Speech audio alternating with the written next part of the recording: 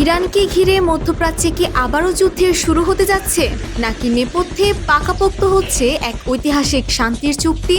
পুরো বিশ্ব যখন থমথমে এক পরিস্থিতির দিকে তাকিয়ে, ঠিক তখনই ওয়াশিংটন থেকে এলো এমন কিছু খবর যা বদলে দিতে পারে ভূরাজনীতি।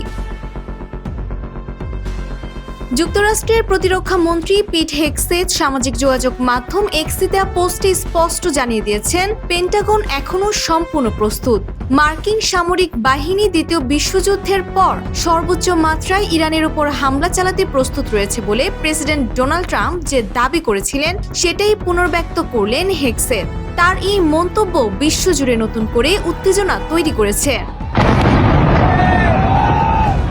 তবে এই যুদ্ধ আবহের মাঝে এয়ারফোর্স ওয়ানে বসে এক সম্পূর্ণ বিপরীত গল্প শোনালেন প্রেসিডেন্ট ট্রাম্প। সাংবাদিকদের সঙ্গে আলাপে তিনি দাবি করেছেন, হুমকি কেবল মুখে নয়, কাজের টেবিলে ফল দিতে শুরু করেছে। ট্রাম্প জানান, অতি গুরুত্বপূর্ণ হরমুজ প্রণালী নিয়ে ইতিমধ্যেই একটি চুক্তি হয়েছে এবং ইরানের পারমাণবিক কর্মসূচি পুরোপুরি বাতিলের বিষয়েও চূড়ান্ত সমঝোতা হতে যাচ্ছে।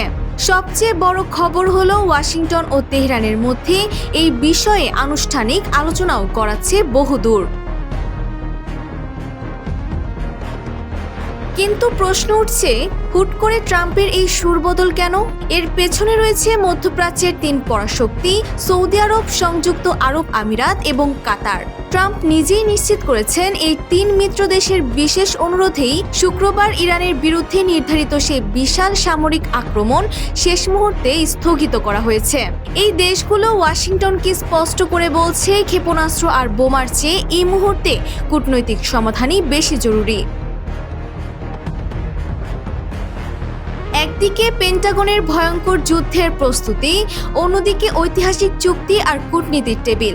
শেষ পর্যন্ত মধ্যপ্রাচ্যের এই নাটকীয় মোড় বিশ্বকে কোন দিকে নিয়ে যায়, এখন সেটিই দেখার বিষয়। Desk report, Bangladesh bulletin.